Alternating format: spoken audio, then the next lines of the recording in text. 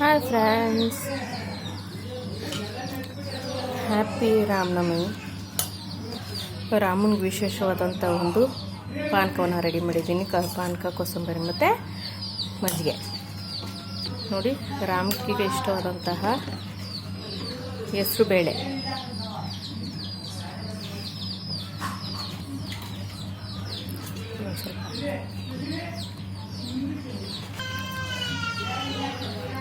ರಾಮಗೆ ಇಷ್ಟವಾದಂತಹ ಮಜ್ಜಿಗೆ.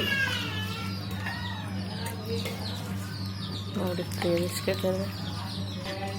ನೋಡಿ ವೀಕ್ಷಕರೇ, ರಾಮನಿಗೆ ಇಷ್ಟವಾದಂತಹ ಬೆಲ್ಲದ ಪಾನಕ. ನೋಡಿ,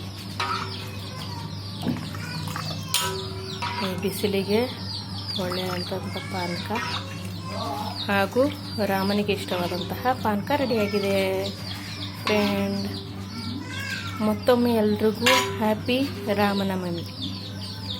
ಥ್ಯಾಂಕ್ ಯು ಫ್ರೆಂಡ್ಸ್. ಸಬ್ಸ್ಕ್ರೈಬ್ ಮಾಡಿ ಪ್ಲೀಸ್.